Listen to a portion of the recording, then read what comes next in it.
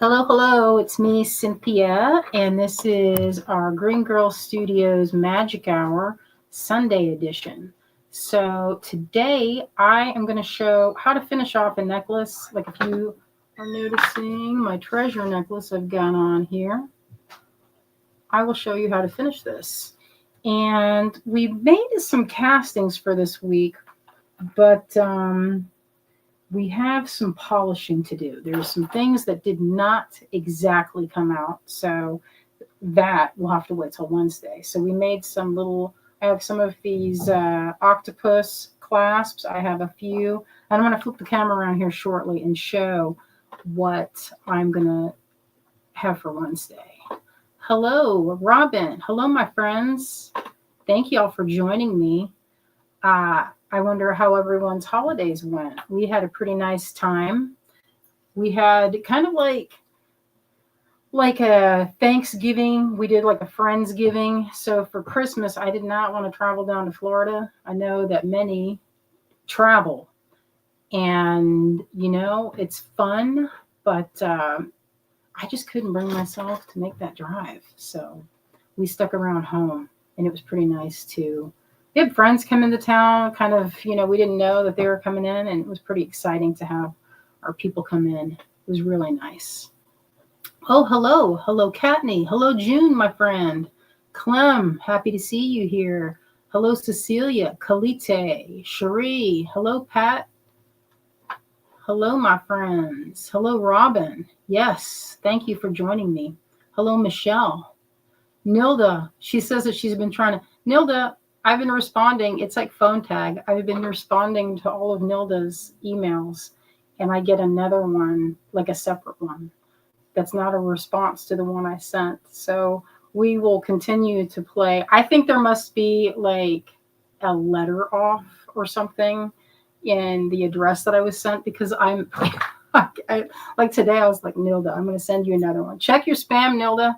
I don't know whether any other way that I can get through, but I'm seeing your emails, but you're not seeing my responses. Azalea and I have both been responding. We're like, whoa, why is none of these, like none of them are getting a response? And the only thing I can think of is that they're going directly to spam. So sometimes that can happen when you have an email address that is attached to a Shopify store, which is what I have. My email is directly attached to my Shopify. So sometimes if you have an email account that has on like super spam busters, if you don't ever get any kind of newsletters, any kind of ads or anything, you might have your spam thing turned up, jacked up to like the highest setting. So if there's an account that's attached to a store, it's gonna go to trash, unfortunately. And there's nothing I can do about that. So check your spam filters or check your spam folders. All right, my friends, I'm going to flip the camera around. No need to stand here watching me gab. All right, Azalea went downstairs, so I'm manning the thing on my own today. And we'll see.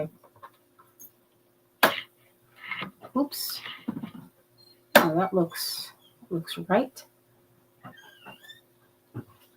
All right, so these are some necklaces that I've been working on. And let me see, get this back on. All right, perfect. Oh, hello, Bonnie. All right. Yeah, Bonnie's been making some beautiful stuff. I saw your post, Bonnie. I love your work, what you've been making. So I picked this up over at my friend Cherry Tree. Jen had this in the store, and I'd never used it on my necklaces. So I thought, hey, what would happen if I used it on a treasure necklace? So these are the ones that have to be finished. They're not finished yet. So what we'll do is we'll try finishing them my way, and then we'll finish one of them with French wire. Now, I usually use French wire for something like this. Let me see if I have something handy here. Yeah. All right, this is going to show it good. So I have this necklace here. All right. You see this little area right in here? So if you use a really good high quality cord, you can not really worry about having to protect your cord. But say you have something like silk. Silk is fragile. It will wear against any beads. So if you look at this right here, This is a wear point right there. This would be a good one to use French wire on. But since I used a high, like this is the thickest soft flux that they make. And this necklace was made probably, I made this for my book. So I think maybe I want to say 12 years. I'm not very good with time. But I feel like that's when I made it. And there's one of my ways that I like to do. You could do, this is in lieu of French wire. See, these are seed beads, plain seed beads. And this protects the cord from getting chewed up, which it can get if you're, like this is some silver here. And sometimes the crimp corners can really make it where it will wear and wear and wear, and finally it breaks. What French wire does is it's basically a tube. It's like a big spring tube. And you cut what you need. Now, I don't know if Softflix makes any of their own version of this, but this is from Beadalon. I don't know if there's other places. I have bought this before from an Indian vendor that had it on their table where it was just sold in little baggies, kind of like this, but with a Ziploc. And I don't know if it's made in fine materials. I want to say that it is, and I feel like I bought some, but you know, who knows? Oh, hello, our friend Anne. Anne Godan. Hello, Anne. Well, Carolyn says, hi, everyone. Lovely necklace you are wearing with the larger beads. Thank you. That's my treasure necklace. Now, let's dig this out of there. Why are they packaged this? It's so hard to get out. Hopefully I don't smash it. So this is like a bit, like, it's like a slinky. Check it out. Oh, that's cool. That's metal? It's, yeah, it's like, I don't know what the material is. I want to say brass or something. I don't know. What does it say on here? It doesn't really say. It just says a gold color. So this is not like fine metal. I'm sure they make a fine metal. I've seen it on really expensive necklaces. So it has a little bit of a stretch. You can see that. It's a tiny spring.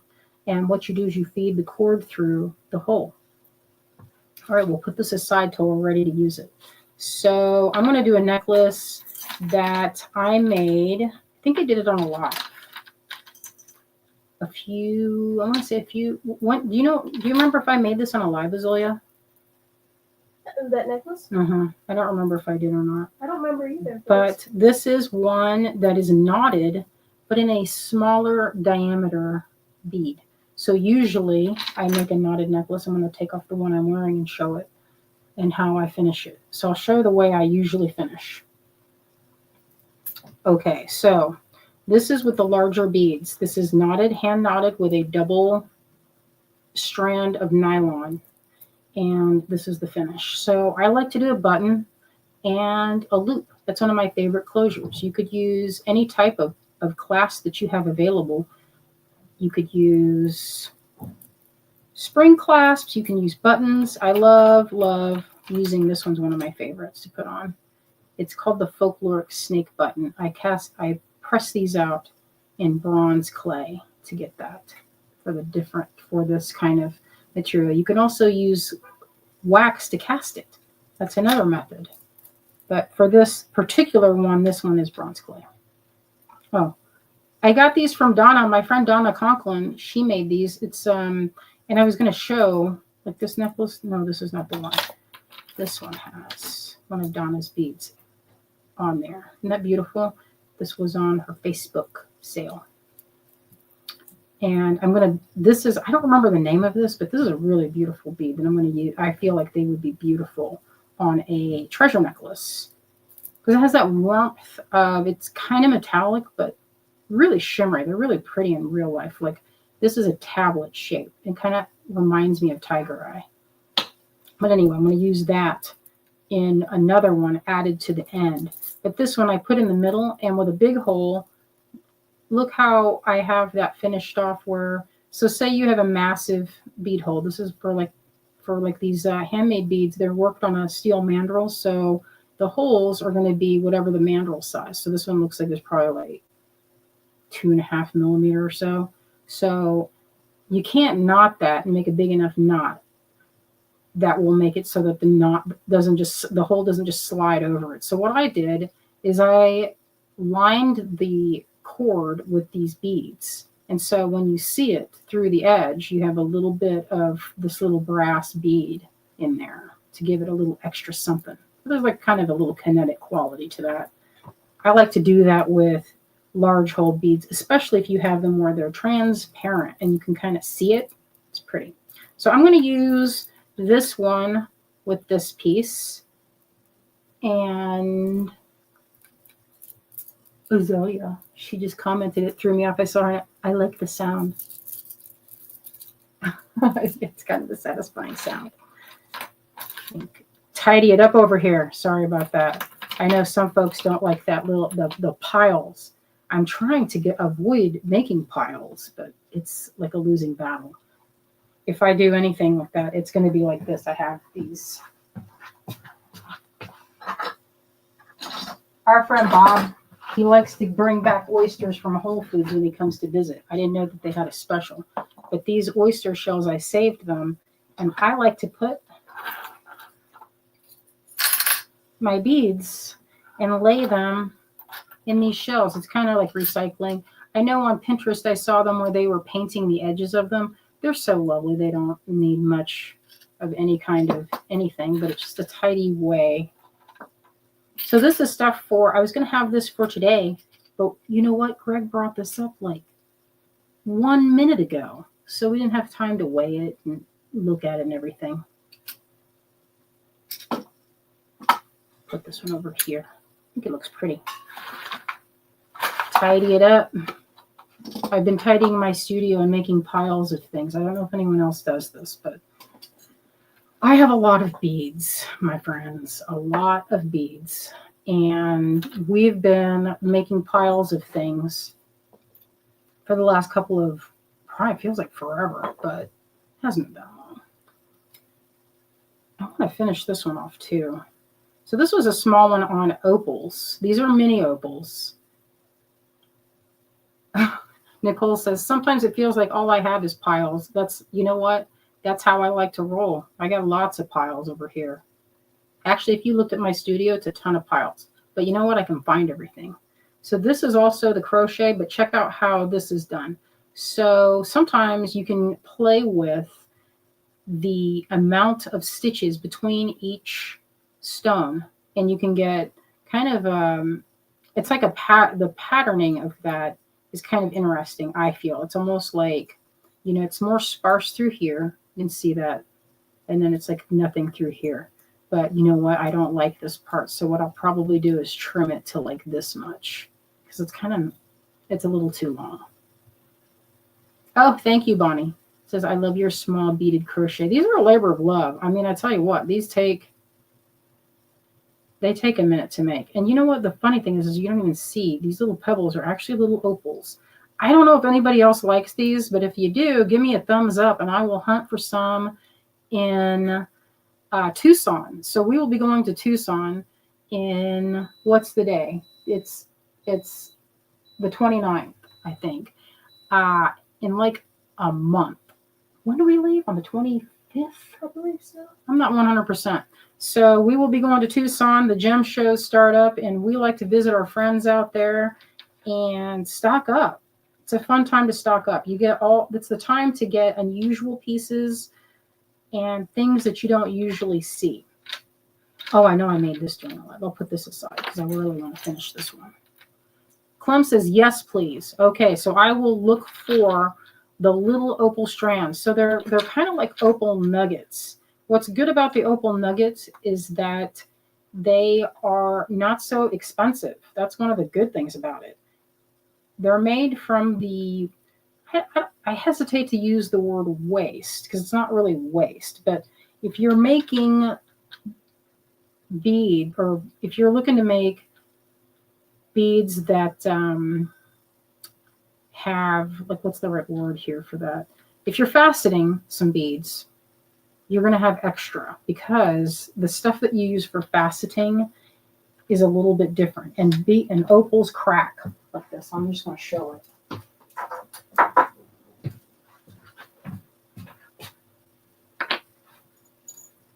So here's what I'm talking about. So this piece was a lot bigger. This is a rounded off fire opal from Mexico. And you can't really see the fire in that because it's the flash is being washed out by all these lights. But look how this one this was a lot bigger piece. But what happened in this is that as the temperature in the room, it gets cold in here, I opened this little tin up to find that this had snapped into several pieces. So when they're carving opals, a lot of times there'll be invisible crazing that you can't really see. And the time you see it is when you're cutting it. So if you have pieces and they break off, that's probably not the best stuff you want to use for faceting because you need a big piece to facet because you're removing quite a bit of material. So these little pieces, what ends up happening is that they gather them all up, they drill them, and then tumble them. So that's why you get these shapes. I mean, it'll be good quality opal, but it'll be too small to put in a faceting machine because they need to be a certain size to fit. It's like a little clamp. The machine I saw anyway had a little tiny clamp that you hold the stone and the faceting wheel, and it would change. This was a computerized one I saw in Tucson, but you need a certain size in order for the clamp to hold it. So any of the small ones just get drilled. All right. What's this little stink bug doing? Get you out of here. All right. So what I did with this is this is a 2-strand, but a small 2-strand. I could have gotten away with probably a little bit heavier, but I liked the feel of this. So when you use a small strand, you can get through tiny, tiny beads, and I think it looks pretty good. It gives it kind of an ethereal quality. So these are all knotted in between. And this is not a fast process. This is actually, it's faster to make ones where the beads are a little bit bigger. You know what I mean?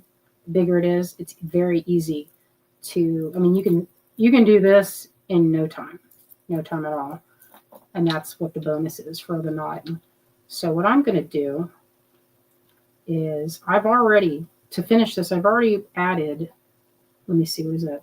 4 of those little silver Charlottes, and I've done probably looks like 5 or 6 knots. That is to accommodate this and turn it on its side like that. So when it has the knotting through there, you could just very well easily just not knot it, but I feel like the knotting gives it a little more, it's a little thicker, it looks a little more polished. All right, so that side's ready to be knotted in on itself. This side, I was going to try either not knotting in between, and you get a complete like line of silver like this, or you can knot in between, which you can do because I've left the tail on this. I've left it very long. See, this is probably, and it's stiffened. If you leave a nice long tail, you have plenty of room to knot. But what I'll do is I use these little fabric clips. If you put a fabric clip, then if you're moving things around, it's not going to just slide off onto your table. Oh, yes, Anne says, you have little magical containers all over the place. That I do. The only trouble with that is it makes it really hard to find things. If you came in here and is always like, hey, where are those opals? I'll be like, well, you'll have to open up one of these little things and then you can dig around in my container. It's in the yellow lidded one. It should be like, well, there's like 1,000 of those. All right. I'm going to spread this out. And I'm going to do this side first. I usually do the button side because once this side's done, you don't have to guess about this side. Your loop is dependent on the button. So you do the button first always. All right, so what I'm going to do, number one, I'm going to go hunt for, I was going to say I'm going to hunt for my optimizers. Oh, I see them right here. These are optimizers. And that's how I make anything small. If you have optimizers, you can pretty much do anything. You can get them on Amazon. You can get them on Rio if you have a Rio account. I saw Kalite's comment about putting polymer clay. You could do polymer clay, or you could do epoxy putty and make a foot so that it doesn't weeble wobble. My friend Hobie, he painted his. Hopefully I am in Azalea. She says, show that again. All right, I'll take a minute to show this. This is looks like I carried this around for my crochet necklaces in a green palette. So you could put this in your pocket or in your kit. These are all in that sort of, this was to make probably 2 necklaces, I think, maybe 2 or 3, depending on how you spaced them. But I love these sticks. If you guys are interested in this, I'll hunt for these. These are tourmaline sticks. They're kind of hard to find, but if there's any interest, I'll make a list and we'll see. They're natural crystals, and they just drill them right through the middle. Oh, look at this one is a bicolor. You can see a little bit of the pink on the end of it. I think I probably fished out all the ones with the watermelon color. All right, so get back on this. To tie this is really easy. I'm going to brace my forearms so I'm not wiggling all over the place here and stay in focus. All right, so you want to have enough knots to accommodate the bail of this button, and I do. So it's probably like 5 stitches or so. And I added these so that when the loop is closed, you would have this little bit of a silver detail poking out. See, like a little tail. All right, so here's how you do it. I'm going to hang on to the thread with the tips of my fingers here, and I'm going to fish these through. It works better if you have a little bit of fray check to keep them together. So this is easy to knot it up and make a mess. So that's why I'm holding that there close. All right. And so this is not a double. See how that's like one layer of knot?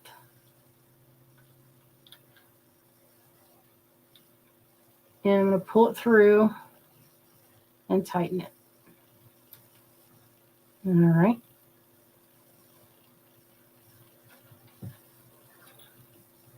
Okay, that looks pretty good. What I don't want is I don't want a big empty space of like, see how that is? I don't want that. So I don't want it to loop over itself. I want it to knot where the base of the starting knots is even, so that it's not like gappy. I guess that's the only word I can think of that I don't want. I don't want it to be like this gap. I don't want to see that gap. So I'm trying to pull it so that there is none of that happening. Of course, you could get around that by making more than, say, 6 stitches.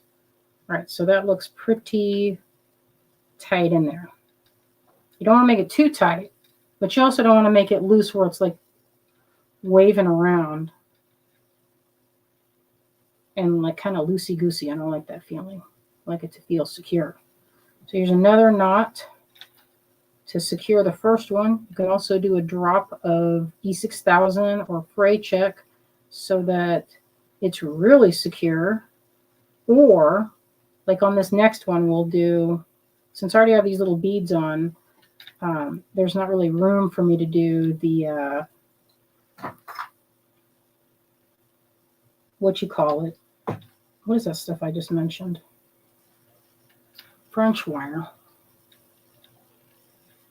Actually, I could have done the French wire, but I would have covered up all of my little knots. All right, so here's what we have so far. Now, if you make a great big knot right there, you can easily cover that up with a knot cover. So what I'm going to do here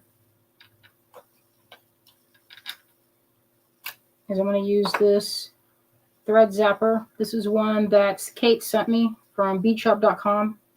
And this thing can come out if you burn it out. It's like a tiny soldering iron.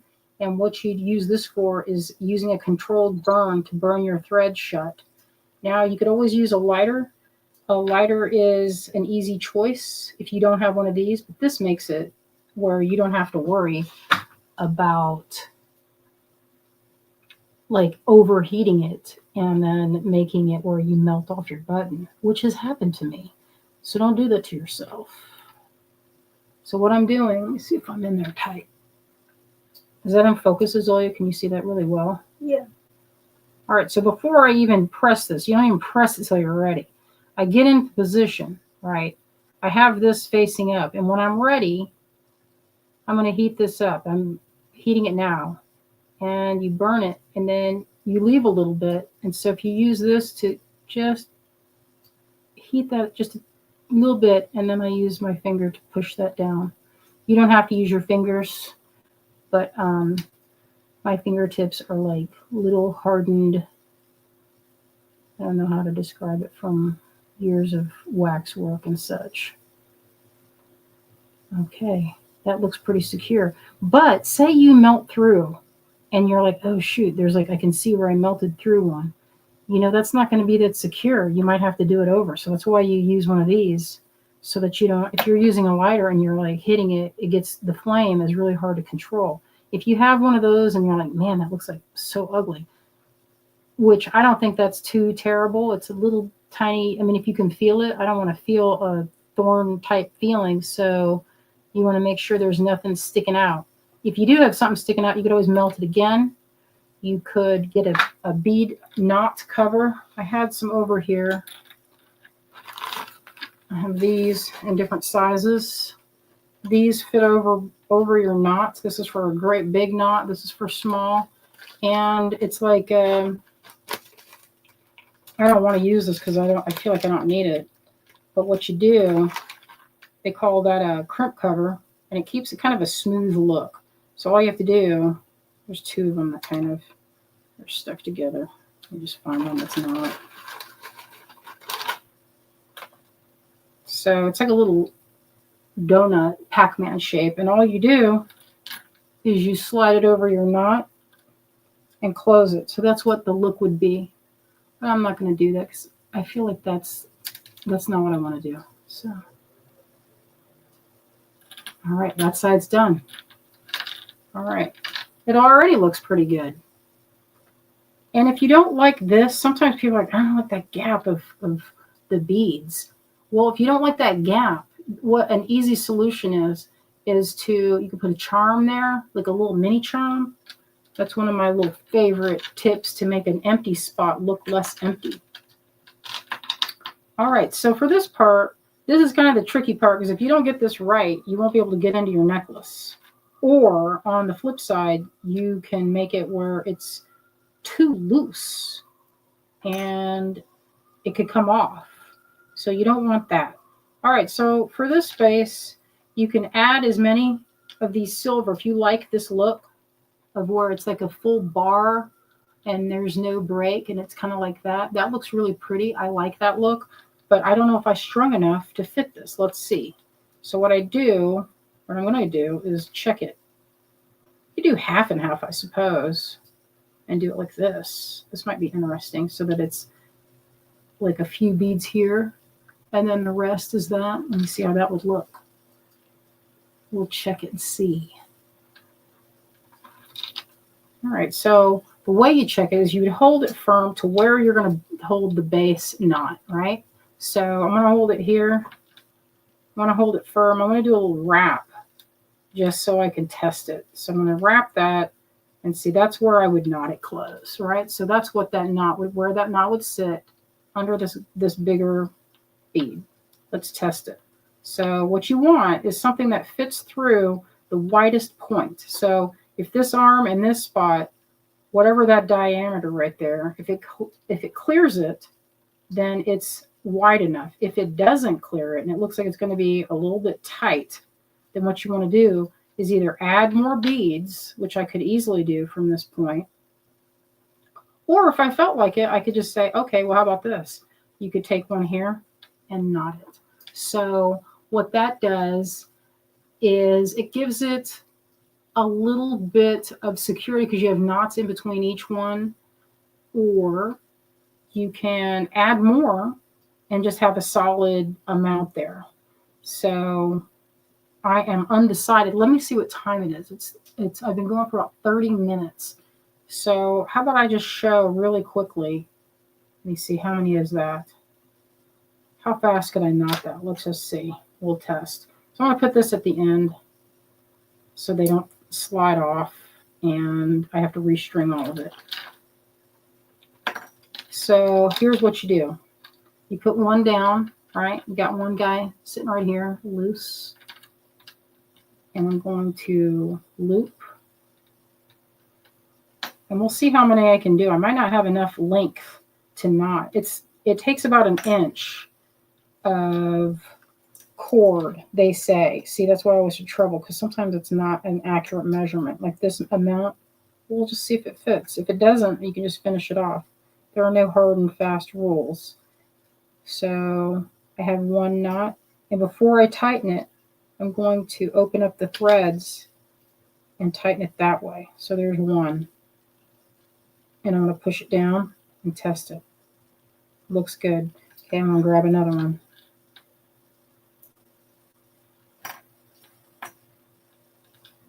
Here we go. So one is in place, and you can see, you can't even hardly see the knot. It's so small. Put that through. And you can do this because I have so much extra. If you did not leave extra, then you will not have that to work with. I know it sounds obvious, but it took me a minute to come up with that, to realize that, and to make that work.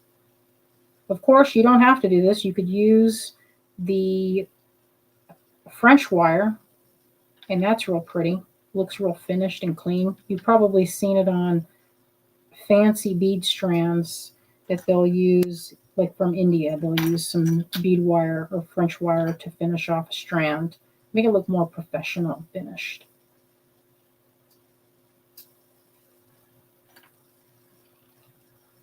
Okay. So I've got a bead there, and I'm going to draw this through. I might not have enough to do the whole thing, but you can see how it started. Yeah, there's no rules that say, oh, well, since you started this way, you have to finish it. Because you really don't. You can do whatever you want. But this is the more time-consuming method, I will say that. Knotting in between all these tiny beads, it takes a minute. There's another one. So sliding the next one down.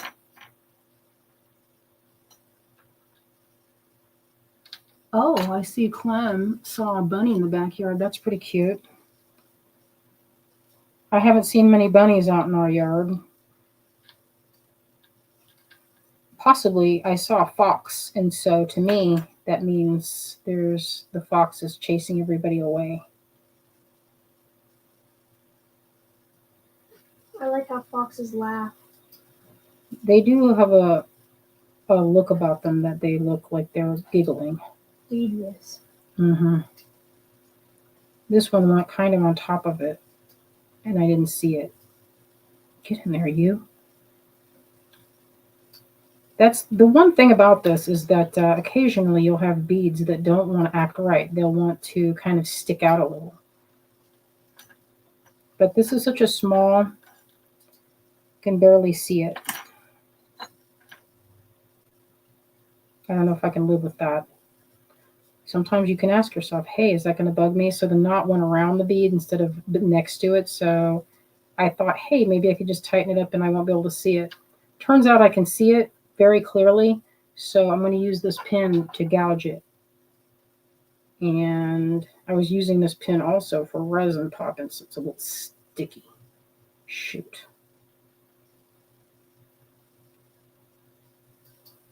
Yeah, that's kind of annoying. And this is one of the things about this style of necklace, is sometimes you'll have a moment where you have to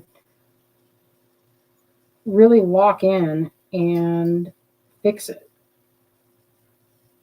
And I just did there. So the bead is now in proper position, is no longer jumped up in front of the other one. Okay, so let me look at that and see what that looks like. I'm testing in between. All right. Now I kind of want to see how it's going to look. So this, I've given it sort of like knotted, knotted, knotted, and then solid. Let's see how that looks. And I'm going to knot it to this point here, right at this beginning of this sunstone, and see if that will fit my star. So that's what I would like for that. Sometimes the knots will give you a little bit of leeway and it'll lengthen. I'm going to wrap it around. Let's see.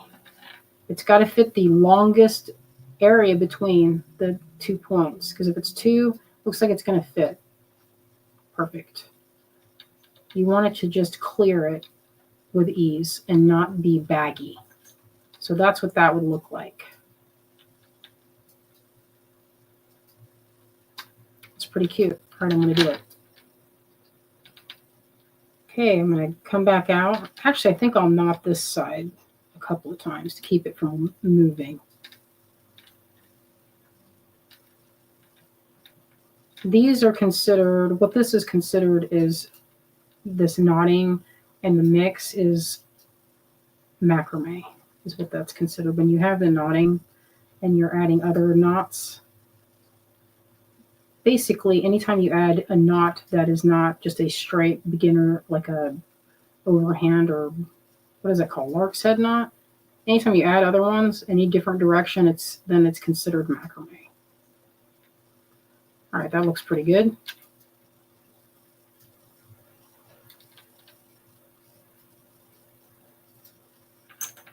And I'm going to go this direction. So I make a loop here. I'm holding it. See, it's kind of like, it's not wrapping around. And I do this because it makes an easy loop that I can tighten without having to go back in and use like little tweezers to guide the knot, which sometimes you'll have to do. So I'm holding it like that. So that way it goes like this. See how it tightened automatically? You cannot use that as like you have to go over it with several other knots, because that's just keeping it tight in that position. So to keep it steady there, I'm going to have to add more knots. That was just like the holding knot. Now, so that's more of a finish. That went through, you see? And then it's a little bit more secure.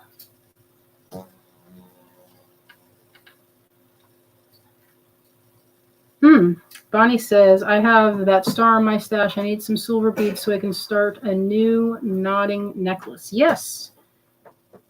That little button is one of my favorites. It just feels like, I don't know, when I made it for the purpose of these necklaces. And I thought, hey, it's kind of like it's usually the knot at the back of the neck. Now let me test this just to make sure. Perfect.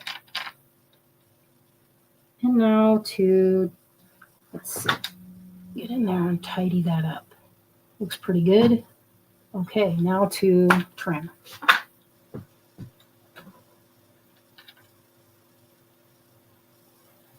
So you feed it through. I'm not holding the button. It's on the top. And I do this so that I can have full control. I'm going to go up close so you can see this part. So see how there's a little bit of a tail here. I haven't touched the button yet because I do not want it to be hot and cut it too soon. So I'm going to preheat it. It's heating up right now. And there you go. So it has a little bit, you see it cut fast. So it had a little bit of a little stretched part. This can feel like a thorn. So what I like to do, so I can see the loop, I want to blend those two things together. So I'm going to heat this up. I'm preheating it now. I'm braced against my body, so I'm not, I'm not out here like this. I'm bracing it against to keep them steady. So if something happens, I'm not startled and I don't accidentally cut too much. And I'm going to gently go over, and then I'm going to push that down. It's a little warm, I will say, but you can use another tool, or you can use just blend it and then push it. It's not that hot. You guys are probably like, what does she have, like oven mitts for fingertips? I don't. But see here, it has this little knot. You know how you get rid of that? Here's what you do. Get your pliers, and you can just pinch that into submission. There we go. And look, it flattened out. Turns out the pliers will force it into whatever kind of shape it needs to be. Flattened. All right, so that's how you do that style. Where's the finished look? Okay, I'm going to put it on. And the good part about this kind of clasp is that it looks good whether the clasp pops around to the front or the back, which is what I like. I like that because there's no backside to your necklace. You can use any direction you want. All right, let's try. Let's see how this looks with. Let's see how this looks with that French wire. See if it fits. Sometimes it's too thick. All right, let's put a clasp on it. So on Wednesday, we will have these clasps. I think they could be polished a little more. Greg just brought this up, so I don't think it's shiny enough. I think they could be shined up more. So that's why I didn't put them in the lot today. So this is one of my favorite clasps. This is one that Greg made. It's like a kraken. There's a fish. And the way it works is it goes through this hole here, and you push it through. This one, I feel like you have to turn it just so to get it through there. And also it needs a little bit more rounding out before I sell them. Oh, here's another octopus.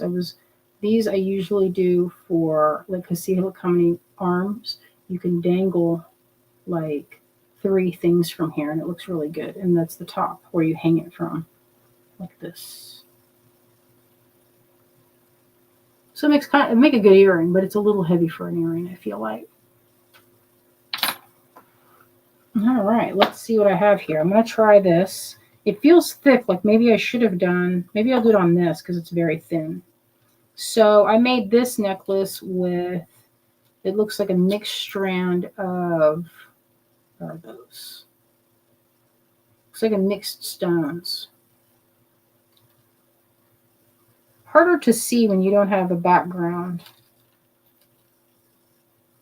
This is sapphires, it looks like, especially those little ones there. I can tell that. And garnet looks like, because those orange ones are orange garnets, but these look like sapphires. Sapphires have what's called a hard sparkle. And the hard sparkle is easily detected. You could see it, especially if you have something that's like, if you're comparing it, like this came out of the kiln only a couple hours ago, but see that sparkle? That's a sapphire. And it's kind of, let me see if I can get in. How close can I go? Let me compare it. What do I have that's faceted? Oh, here we go. So these are moonstones, and they're faceted. But you see how they have a kind of a softened edge to it? Like the sparkle to these is not quite. Like that has a very defined.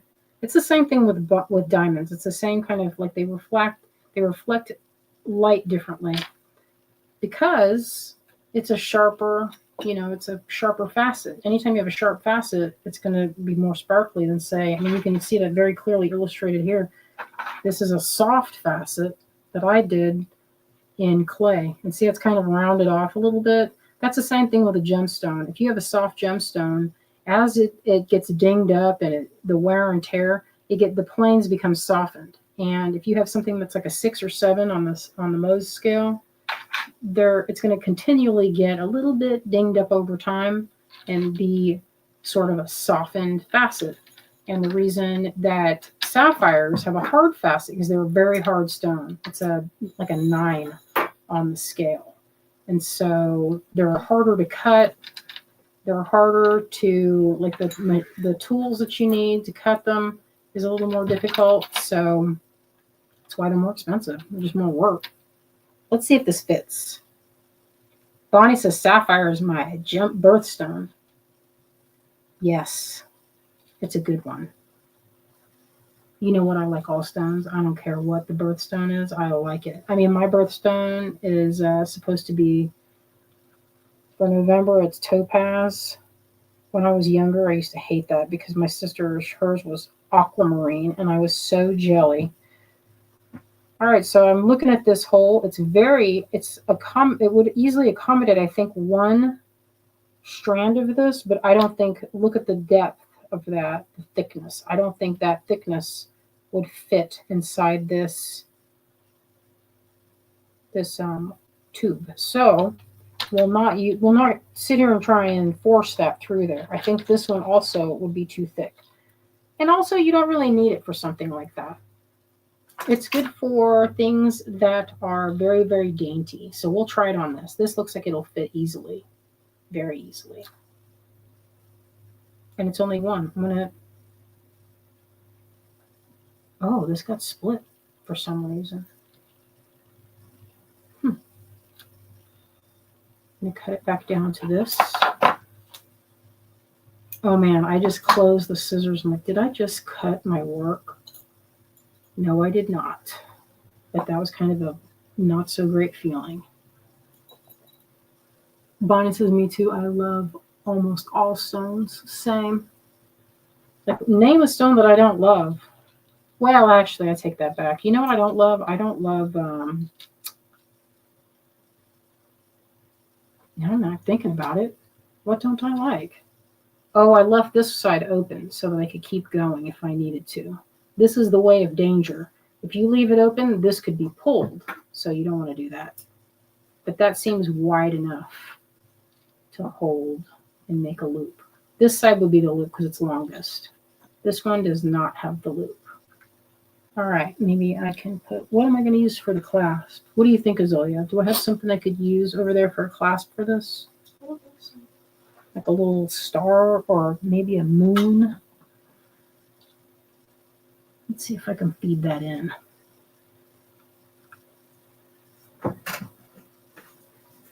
Usually, let's get a little fry check. Why sit here and do this? Why try to do, if you don't have to, then don't, right? It just takes but a moment. So I'm going to do a little drop of fray check. If you don't want this on your fingers, then use a little piece of plastic to hold it like a bag or something. It dries like so fast that like in like a minute or two. I don't think you should do this if you're using like Gorilla Glue or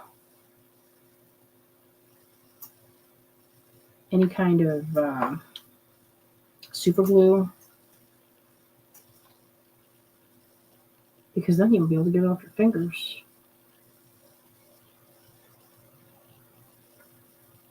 Just needed a little bit. That it kind of came out a little heavy.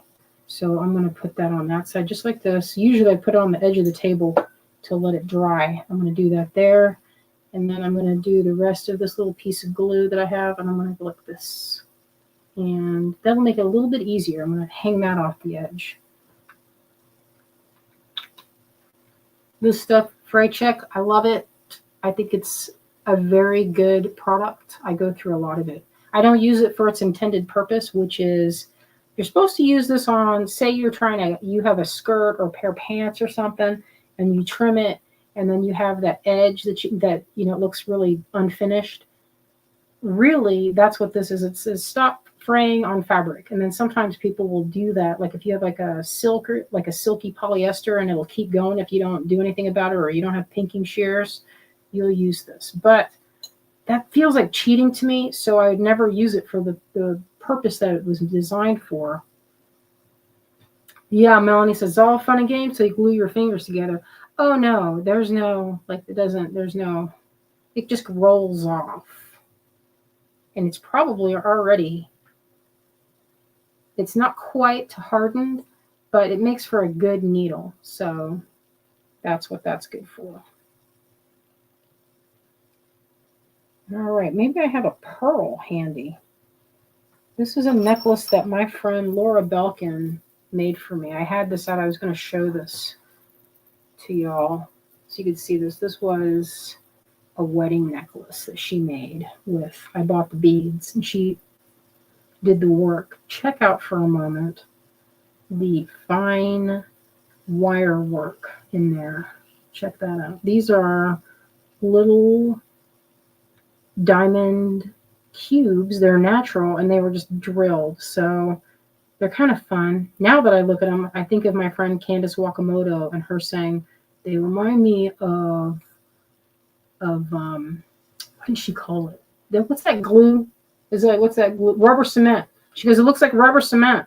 And I was like, Candace, those were expensive. She goes, I don't care. I said what I said. And I was like, yeah, I can see that. And so there's like little opals and stick pearls. Stick pearl on this would be killer right here. Can you imagine? Maybe a brown small one. I wonder if I have one hanging around. Do you imagine though? That would be killer. Maybe this size, like if it were like that. Maybe I have one here. Then that's, then the game of seek and find.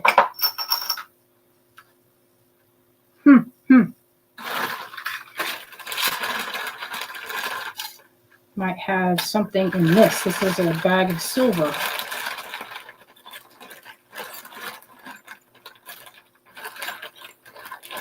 You never know what you can find in my studio. All right, well, I thought I had some little moons in here, but for some reason I made these things. I don't know what I had intended for that. These are little silver PMC. Oh, this is what I was talking about. So if you wanted to fill up a spot, you just open this jump ring. Where'd that necklace go? Oh, I'm wearing it. But you could put that, see it has an open jump ring. That would be a cute little addition to put onto that empty spot on that necklace. There's like that little inch or so. That would be really cute hanging up there. Or one of these. That'd be cute too.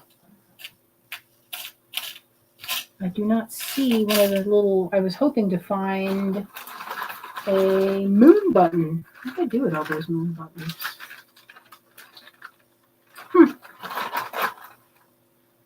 Well, shoot. Oh, I should ask if anybody has interest in this. I made this for myself, but if there's any people out there that would be interested, I can make a couple. I don't know if they'll come out.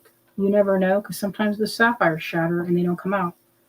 And let me know. I made these. Go with it. All right, well, I'm going to trim a piece off of this. So to trim it, I've heard different ways of doing it. Like some folks will say you stretch it very gently and then trim. Sometimes folks will say you just trim it and it'll crush a little bit of the end, or you can hold it like this and then try to cut it very gently with like this, and we'll see. So what we can do is test it. I do not have a clasp handy. I thought I had some sitting here, but I guess not. All right, so I'm going to try and get in here tight. Ignore the ball of if there's any fray check on my fingers. Just look away because I see some right there. Usually I just peel that off like glue. Well, it is glue. And I'm thinking I'm going to make like this much, I think would be enough. Hey, daughter, will you find me a little clasp or a button or something? I thought you would have made something. I thought you Just a teeny button. I don't know where anything is. Just a little button. Yes, but I don't have anything. Okay, cut that. And it looks like I cut it pretty easily. I have a tool called the jump ringer. Or maybe in here. We'll find the smallest one in this bag. The tiniest one. Oh, I can do it myself. I was looking for the smallest one. I want a really little clasp because this is a very fine necklace. And if you have too heavy of a clasp, the clasp will sink down to the front always. I made those. I don't know why that's in there. We'll just throw these in another. I need another. Here it is again. I'm like, oh, so I need another area to put these. Like, where are my shells when I need them? Oh, here's one. Handy dandy. Put that over there. All right. So here's that tiny piece. This will be for one side. So here's all you do. You're going to love this. Look how cute this is. So this is a perfect use for this because this is only one strand of nylon. See? And it looks so pretty finished. So that's how you would just knot it right then at the end.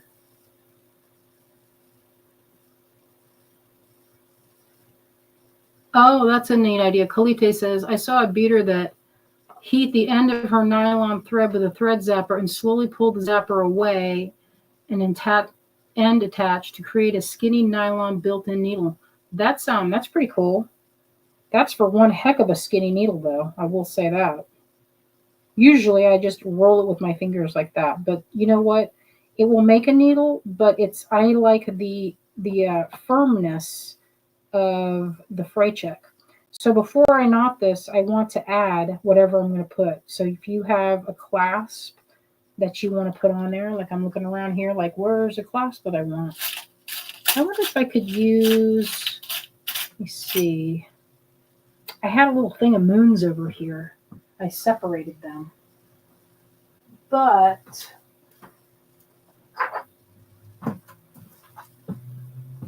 could easily use, where'd those other clasps go? I have a container here that's full of clasps, but they're not the right size. I can see them from here. It's a ways the way. Okay, so anyway, so I'll just demo with the one that I have handy, which is this. This is the wrong size. I don't know if I can bring myself to put on the wrong size on there. See, but we'll just look and see what that would look like. So this is what it's for. You put it through and it protects the thread from getting rubbed or frayed. And it would look like that. So it's a little bit more finished, a little prettier. Also the mixed metal, I don't know if folks like it. And you don't have to make it. Usually people don't do it where you have that much play. Like that's a big loop. Usually you would have the loop like this, like a very small, like the least amount you could get away with. Now I think they did that because the ones that were from India were made out of gold. I want to say it was probably, that's the reason. But you know, how would you ever even know with something like that? All right, here's one I found that's kind of small. This one has a little bit of an owl, so that'll be pretty on this. It's still a little bit big. That's way too big. Let's see if I have enough. All right, so to make that loop, I wonder if I would, yeah. So you wouldn't even really see this because this is going to be on the back side of the owl. All right, I need a little bead that will plug up that area. And so I have these here. This could use a seed bead of any color, but I like, since I have these as, what that would look like. That might be cool. Let's see. Sometimes you can get experimental. That might be neat. No, that would look weird. Or maybe one of these. That's a tiny little sapphire. Let's put that on there. Set that there. And come up through the hole here. Okay. Now you could do it where it goes all the way up through, and if you have a big enough bead, it could go right on top. But since I don't, I'm not going to do that. Oh, Bonnie says the teeny abalone in brass button is my favorite. Where do I see? Where's that? I don't see that. This would have worked pretty good right here. You know what else works well for a clasp is a drop, and I've used these. So this also works, but this is a little bit different because it will function as a drop like this. Maybe I'll do that instead. That might be actually the best option. Let's do that because then that will give a reason to show that. So we'll use this little flower. It's a little silver flower. I think that's from Hill Tribe. It's kind of tarnished. I need to polish it. All right, so that's what that's going to look like. Let's get in there and do it. Optivisors in place, bracing my arms. So this looks like it's like they I can't tell if it's soldered or not. It looks soldered.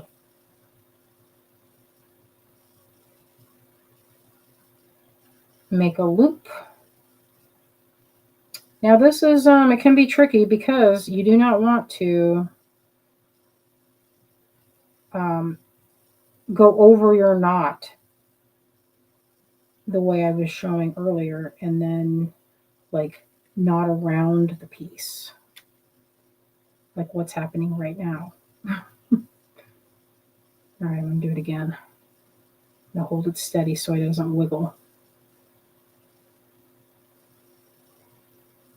It can be tricky. Here we go.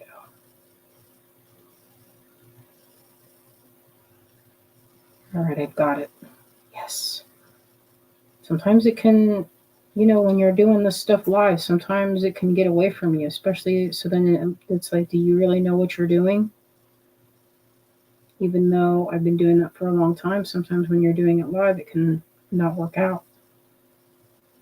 All right, so that's what that's looking like. And you want to make sure there's no gaps, because if you have any gaps at all, you'll see it from a distance. And this is going to be in the front of the necklace, so you for sure want to make it as pretty as possible. And it can easily be crushed, so go gently. But this piece is very lightweight, so I don't think that it will drag or bend the French wire.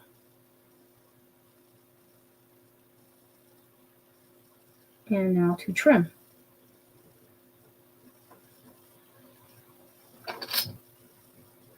Yeah, I love these flowers. If you guys have interest in them, I will look for them in Tucson. Just give me a little heads up and say interested in flowers. Right now we're making a list. Okay, so that looks pretty good. I have a little bit of thorn there, you can see. So I'm going to just easily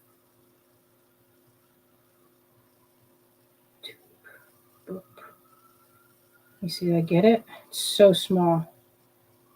Trim it. You know, we live very close to a fire department. You guys probably hear it. It's right at the bottom of the hill. And I don't know what's up with today, but it seems like it's been going nonstop all day long. All right, so there's one side. What do you think? That's using French wire. That is one way to end it, or end a cord crochet, or this could be done with a knot. So the other side is to make a loop. Bonnie, I see a few people. Let me see. I see five folks interested in silver flowers. I'll give it a look and see who has them. I've heard that a lot of the Hill Tribe that we're seeing is old because a lot of people are not wanting to do it. And that makes sense to me because it is labor intensive. But I've heard a lot of that, like things that are very labor intensive, like silk production is like it's like usually something for rural areas. Not a lot of people are doing that. They're leaving the areas. So okay, so for this part, I do this a little bit different. I leave the loop open. So when you're finished your last knot, you can either choose to pull this through and close it off, or you can leave it open. I leave mine open so that I can do this. This is the reason I do this. So I can fold back. Now, I don't have room on this side to do French wire. I don't see how I would put it on there because it's already kind of thick and it won't fit through there. And I guess you could if you had a thicker size or if you did not do this, but I like the way that that cord looks crocheted. So I'm going to put this here and test the width. It has to fit through the widest part or you won't be able to get it through. So with that in mind, I'm going to try and put that there and I'm going to see just how much I need. I'm not going to do it so it's tight.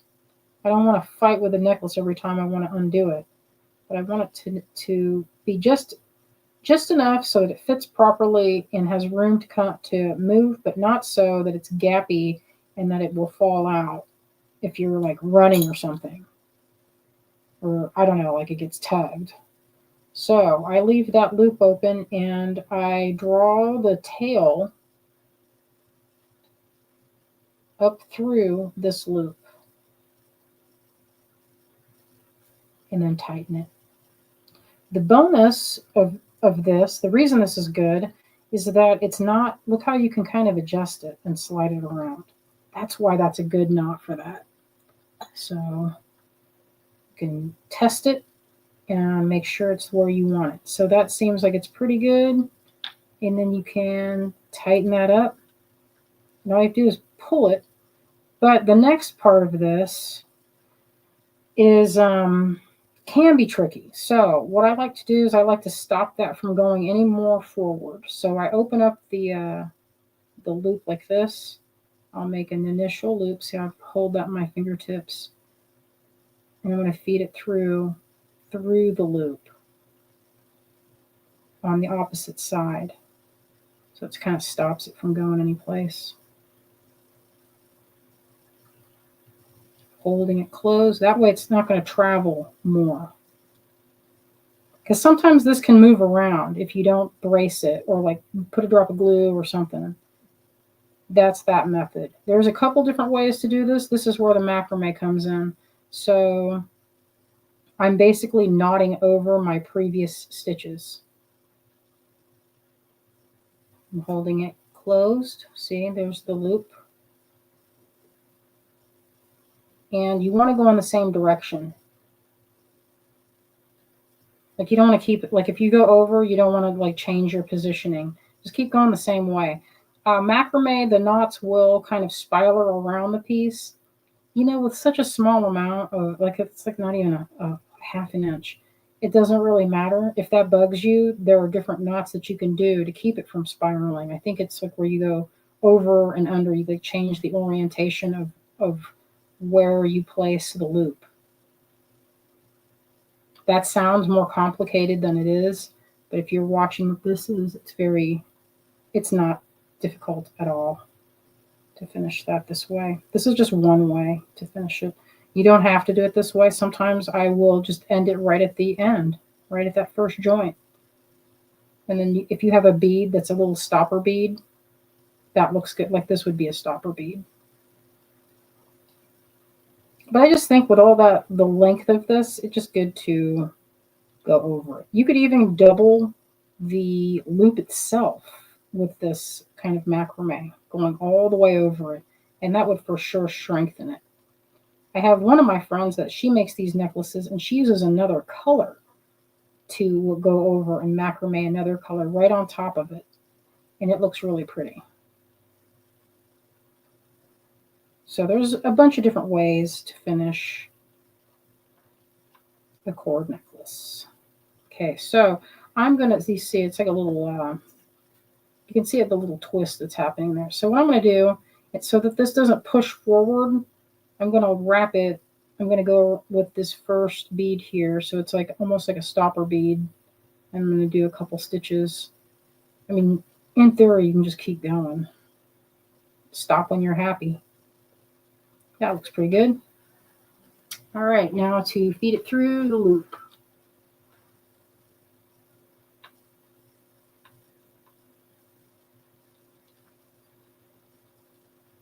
All right. I told Azai, I said, man, it feels like I haven't gone live in like forever. It was only a week.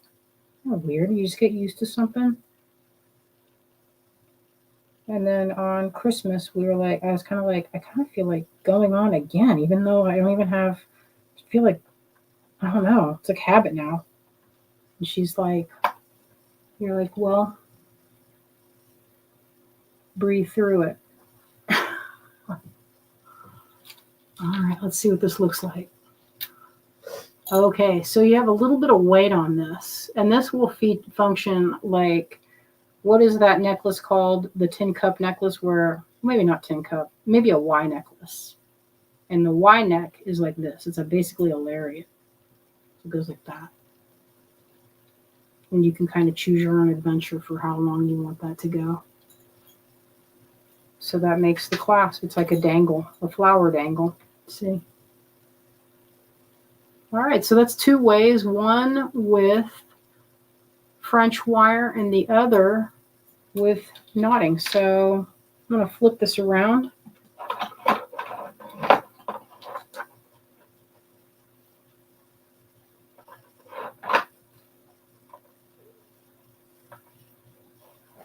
All right, my friends, that was pretty fun. Let's see what we have here. So this was our first day, our first live after Christmas. Here's the other one. Very delicate, dainty. So let's check that out. How do you feel about that? Let me see if I can get it so that you can kind of see what's happening there.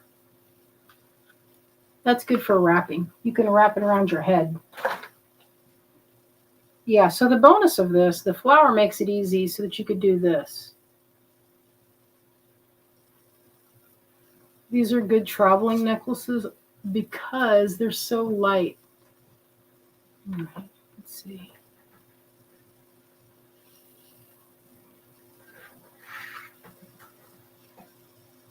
Okay. And then this is a little heavy. The little flower is a little bit heavy. So it will.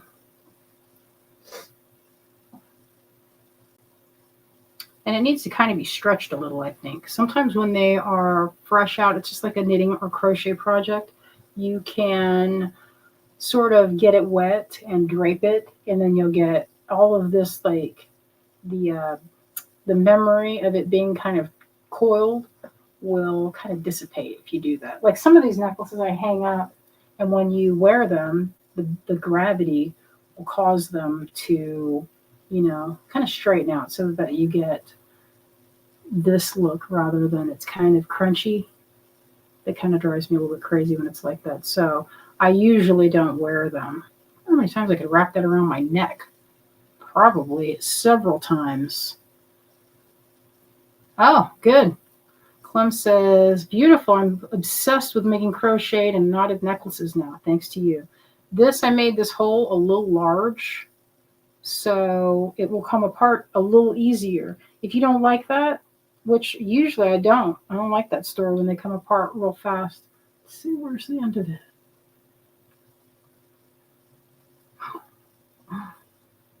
It looks like you can go 3 times.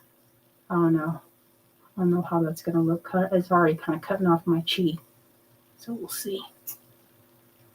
So that's 3 times layered. I don't know. I don't like that feeling. Too tight. Way too tight. Now, if you're going to do measurements for a wrap bracelet, the way you figure that out, this is going to sound so obvious, is you measure the width of where you want it to be, then you multiply that, and that'll give you the length. But the one thing about that you have to factor in is the width of the beads. So if you have thick beads, it's not going to be the same measurement. I usually like to wear these necklaces like this. I wear them long. You know what? I'm just going to toss this. These Rubbermaid lids. Sometimes these lids, I keep them. Can't throw anything away. But that looks good. There you go. 2 ways. So the first way that I showed you was knotting with a bead, or a button, I mean. Here it is. There's that. The danger, oh, here it is. That looks pretty good. So the danger with these is you have to make sure that the loop is not too large. This loop is pretty big. So you see how large that loop is? this flower easily pops out of it. So if I were to make this for sale, for example, I would tighten up that little noose with a little bit of something and make that so that it's a little more fitted, and you have to work a little harder to get that to come apart. Because if it's too loose, I don't know. If it works if it's that loose, that to me, that's the danger zone, and you could lose your necklace. So that's an easy fix. Maybe I'll show how to do that one in another live. Okay, so do not forget, if you're interested, we will be going live on Wednesday. Wednesday, I have some things for you to look at. Today, we just ran out of time with this silver. I feel like it could be polished a little more, but we're going to have these clasps we worked on. We're going to have some of these guys. I'm going to polish those up. I have a handful of things. So I have a few of these came out. This is a little bit different. Doesn't have the decoration, but they came out good. The ones that came out look good. Some of them snapped. The crystals, and by crystals I mean sapphires, did not make it. So those obviously will not be for the lot sale. But I have a few things collected. So tune in on Wednesday. We'll have some of that. Azalea has a kit that we've been, putting together from various beads from their stash. I'm looking through, we're organizing. So we have a lot of new things that, when I say new, we have new silver, and I'm going to have some de-stash because I got stuff in here that needs to move, And so there'll be some markdowns on that. So if you're interested in that, come and hang out with us on Wednesday. Don't forget, we have the Midsummer Market. That's happening in mid-January. I believe it's what day is it, Azalea? Do you remember what day? I don't remember. I don't know. I was just looking at it, and I made a mental note, and the mental note got erased because I said other numbers. But that's coming up soon. We'll do a post so you can see it. Caroline says, can you create the bellflower with wider petals? Maybe. You know what? That's a good idea. Maybe I'll make a new, like a little dingle dangle that has a wide flower drop. I don't know why I never thought of that before. I have several other drops, but they'd be a little heavy. So, we don't need that for the weight. Oh, Zakiah says, Happy New Year. Yeah, it's going to be a new year. A lot of new goals. Every new year, I'm going to clean my studio. That's what I say. This year, I think we'll do it. All right, my friends, I will see you. I wonder if it'll be the new year by then. Will it be that on Wednesday? I think Wednesday's New Year's, isn't it? All right. All right, my friend. We will see you on Wednesday. Y'all take care out there. We love you, and we hope that you have a wonderful rest of your week. All right, bye, my friends.